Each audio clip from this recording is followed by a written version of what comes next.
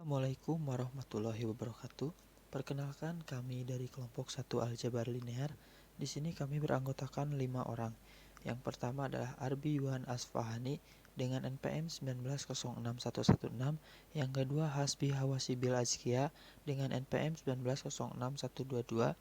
Yang ketiga Muhammad Ihsan Hilmi dengan NPM 1906094. Yang selanjutnya adalah saya sendiri Miftahul Hidayat 1906034 dan Elva Dianti Regita dengan NPM 1906114. Di sini kami akan menjelaskan tentang vektor 2 dimensi dan 3 dimensi. Dalam presentasi kali ini kami akan menjelaskan yang pertama adalah definisi vektor, yang kedua penyajian vektor secara geometris, yang ketiga norma vektor dan aritmatika vektor, yang keempat perkalian titik dan proyeksi vektor, yang kelima perkalian silang vektor, yang keenam contoh penerapan vektor. Baik, untuk definisi vektor. Vektor adalah sebuah besaran yang memiliki arah yang digambarkan sebagai panah dengan menunjukkan arah vektor dan panjang garisnya disebut besar vektor. Dalam penulisannya, jika vektor berawal dari titik A dan berakhir di titik B, bisa ditulis dengan huruf kecil yang di atasnya ada tanda garis atau panah. Dalam geometri, vektor merupakan ruas garis yang searah. Dikarenakan vektor memiliki ukuran panjang yang memiliki arah, maka vektor memiliki sudut terhadap sumbu X positif. Ini adalah jenis-jenis vektor. Yang pertama adalah vektor posisi. Vektor posisi adalah suatu vektor yang posisi titik awalnya di titik 0 dengan koordinat 0,0 dan titik ujungnya di A dengan koordinat A1 dan A2. Selanjutnya vektor 0. Vektor 0 adalah suatu vektor yang panjangnya 0. Vektor 0 tidak memiliki arah vektor yang jelas. Selanjutnya adalah vektor satuan. Vektor satuan adalah suatu vektor yang panjangnya satu satuan. Vektor satuan dari bisa dilihat ya di gambar PPT-nya. Lalu selanjutnya adalah vektor basis. Vektor basis merupakan vektor satuan yang paling tegak lurus. Dalam vektor ruang 2 dimensi memiliki dua vektor basis, yaitu I sama dengan 1,0 dan J sama dengan 0,1. Sedangkan dalam 3 dimensi memiliki 3 vektor basis, I sama dengan I,00, J sama dengan 0,10 dan K sama dengan 0,01. Saya akan menyampaikan materi penyajian vektor secara geometris, yaitu misalkan U dalam kurung VQ, V dalam kurung QR, dan W dalam kurung RS. Penyelesaiannya adalah V ditambah W sama dengan Q dalam kurung QS, dan U ditambah dalam kurung V ditambah W sama dengan dalam kurung PS. U ditambah Pi sama dengan dalam kurung PR, dan dalam kurung U ditambah V ditambah W sama dengan dalam kurung PS. Jadi dalam kurung U ditambah Pi ditambah W sama dengan U ditambah dalam kurung Pi ditambah W. Maka menurut gambar akan seperti di samping ini. Pi kuadrat sama dengan dalam kurung OR kuadrat ditambah RV kuadrat. V kuadrat sama dengan Pi 1 kuadrat ditambah Pi 2 kuadrat. Pi kuadrat sama dengan dalam kurung OQ kuadrat ditambah dalam kurung OS kuadrat ditambah dalam kurung RV kuadrat. V kuadrat sama dengan Pi 1 kuadrat ditambah V 2 kuadrat ditambah Pi 3 kuadrat. Baiklah, selanjutnya saya akan menjelaskan tentang norma dan aritmatika vektor. Yang pertama adalah norma vektor. Panjang sebuah vektor V disebut dengan norma V dan dinyatakan dengan dalam kurung 2V. Jelas bahwa dari teorema Pitagoras bahwa norma V sama dengan V1, V2 di ruang min 2 adalah sebagai berikut. Dalam kurung V1 pangkat 2 ditambah V2 pangkat 2 ya, terlihat di slide-nya seperti itu. Dan untuk jarak untuk ruang 2 dimensi juga seperti berikut di dalam gambar. Yang selanjutnya adalah norma V 3 dimensi. Jika P1 sama dengan dalam kurung X1, Y1, Z1 dan P2 sama dengan X2, Y2, Z2 adalah dua titik di ruang min 3, Maka jarak di antara kedua titik tersebut adalah norma vektor P1, P2 karena dalam kurung 2V sama dengan V1 pangkat 2, V2 pangkat 2, dan V3 pangkat 3. Untuk lanjutannya bisa dilihat seperti slide-nya. Untuk jarak di ruang 3 adalah seperti itu ya. Bisa dilihat di slide yang bawahnya. Berikut adalah sebuah contoh untuk menghitung jarak. Misalkan titik P1 dalam kurung 3,4 dan P2 dalam kurung 5,7, maka hitung jarak dua titik tersebut. Jawabannya bisa dilihat dan disimak dan dipahami seperti di dalam slide-nya ya. Bisa dilihat seperti itu. Dan juga berikut adalah contoh norma V. Bisa dilihat seperti itu. Misalkan U sama dengan 1,-3,2 dan V sama dengan 1,1,0 dan W sama dengan 2,2,-4. Hitung norma V 3U min 5V plus W. Jawabannya tertera seperti di slide-nya. Silakan untuk dipahami.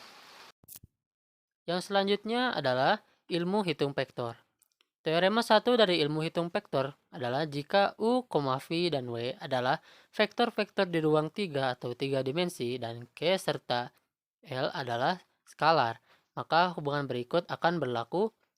Yang pertama adalah U ditambah V sama dengan V tambah U.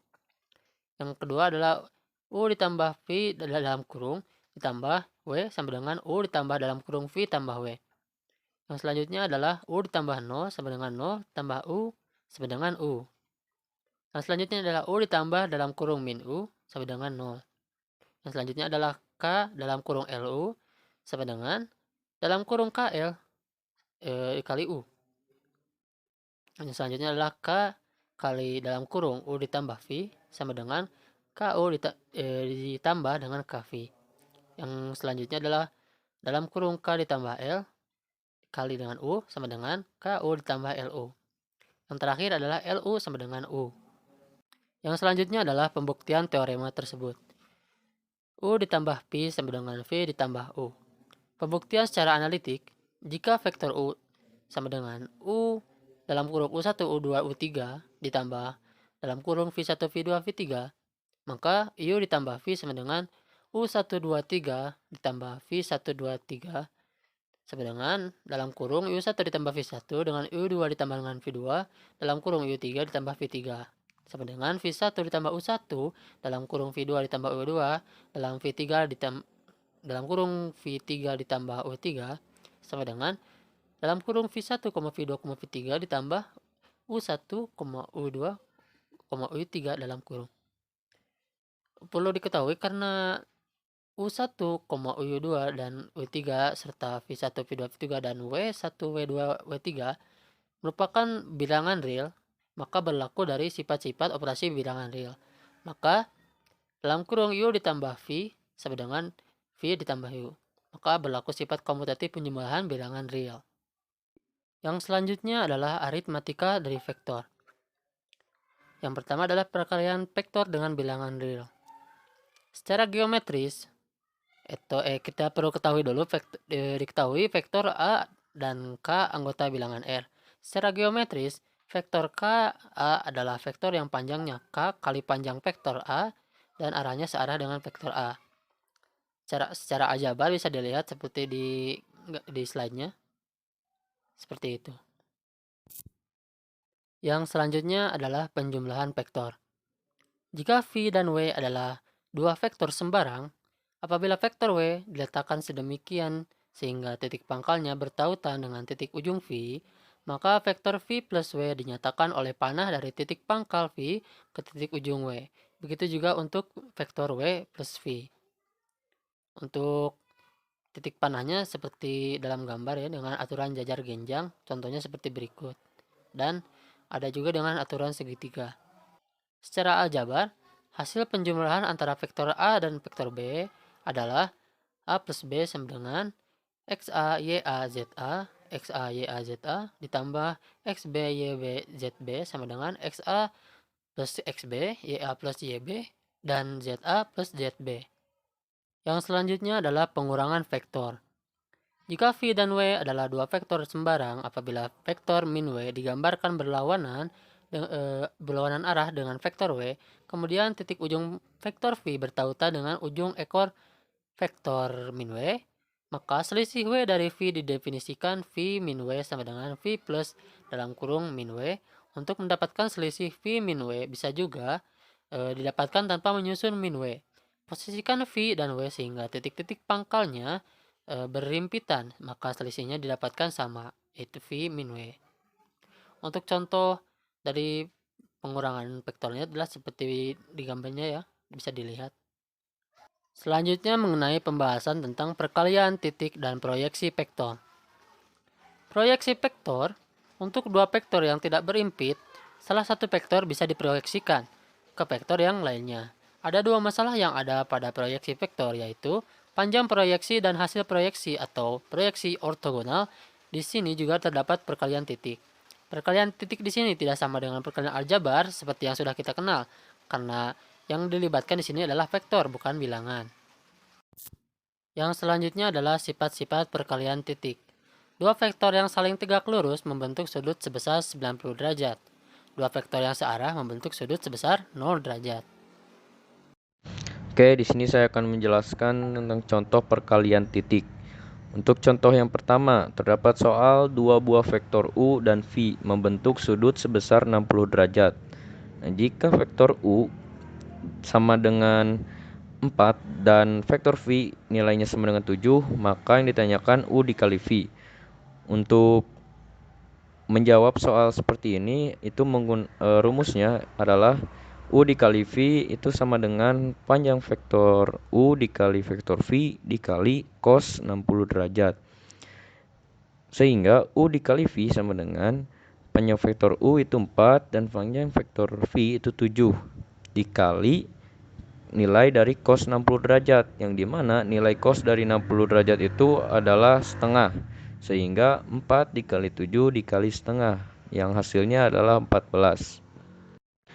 Oke, untuk contoh yang kedua, terdapat soal diketahui P dan Q adalah vektor-vektor di R kubik atau R pangkat 3. Dengan P itu sama dengan 2I dikurangi 3J ditambah 4K. Dan Q sama dengan 3I dikurangi K. Untuk yang ditanyakannya, tentukan nilai dari P dikali Q. Untuk pembahasannya, pertama kita kelompokkan terlebih dahulu antara nilai P dan Q. Untuk nilai P itu memiliki nilai 2, minus 3,4. Untuk variabel I, J, dan K-nya tidak usah kita masukkan. Sedangkan untuk nilai dari Q itu 3,0, minus 1. Nah, setelah kita mengelompokkan kedua nilai antara P dan Q, kita kalikan antara P dan Q sehingga akan menjadi 2 dikali 3 ditambah minus 3 dikali 0 ditambah 4 dikali minus 1. Jadi antara elemen P dan elemen Q dikalikan semuanya. Kemudian P dikali Q akan sama dengan 6 ditambah 0 dikurangi 4, yang akan hasil akhirnya akan menjadi P dikali Q sama dengan 2.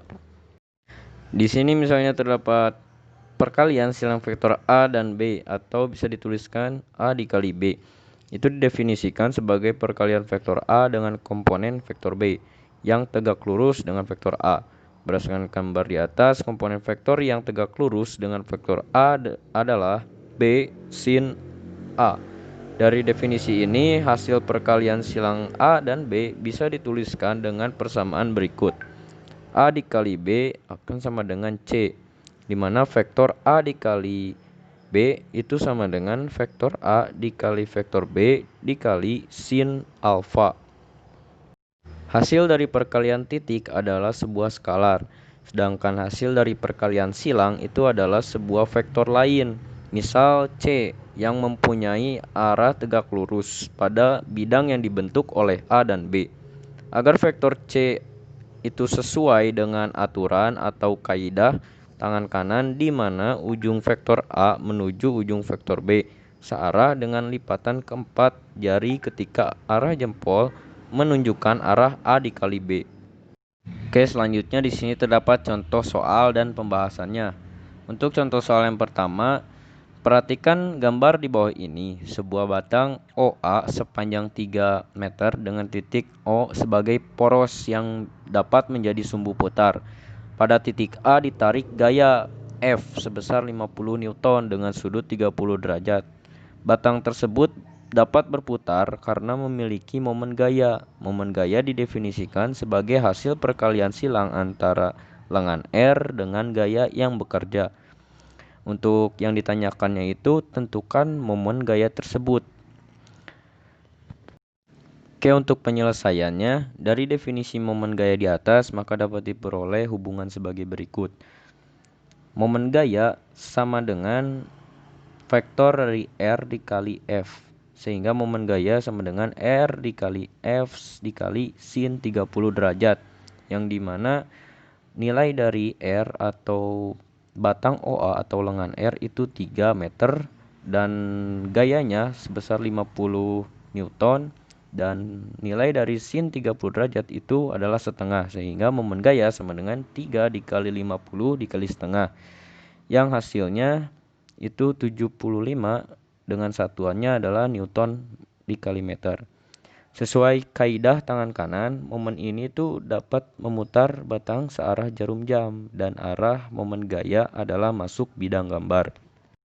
Oke, selanjutnya untuk kegunaannya, secara geometris, hasil perkalian silang antara dua buah vektor itu merupakan luas dari bangun segi empat yang dibentuk oleh kedua vektor tersebut. Sifat ini dapat diturunkan dari persamaan Lagrange. Untuk itu, kita dapat menghitung luas bangun segi banyak yang terletak di ruang dengan menggunakan perkalian silang antara dua vektor. Lalu pembahasan selanjutnya yaitu pembahasan subbab terakhir yaitu contoh penerapan vektor. Contoh penerapan vektor di sini terdapat 4. Yang pertama, misalnya orang terjun payung. Di saat penerjun menjatuhkan diri dari pesawat, tempat ia jatuh tidak tepat di bawah kapal, tetapi jauh melenceng. Hal ini dikarenakan adanya dua vektor gaya, yaitu gaya gravitasi dan gaya dorong angin. Yang kedua, perahu yang menyeberangi sungai. Ketika perahu menyeberangi sebuah sungai, maka kecepatan gerak perahu yang sebenarnya itu merupakan kecepatan gerak perahu dan kecepatan air. Untuk yang ketiga, misalkan permainan jungkat-jungkit. Di saat seorang anak bermain permainan jungkat-jungkit, bidang miring pada jungkat-jungkit menggunakan gaya vektor agar anak tersebut tidak jatuh dari bidang miring tersebut. Yang keempat, pemanah. Pada saat seorang pemanah menarik anak panah dari busurnya, maka arah gerak anak panah ditentukan dengan menjumlahkan vektor dari gaya tarik tali di kedua ujung busur tersebut. Cukup sekian presentasi dari kelompok kami. Mohon maaf apabila ada kesalahan. Wassalamualaikum warahmatullahi wabarakatuh.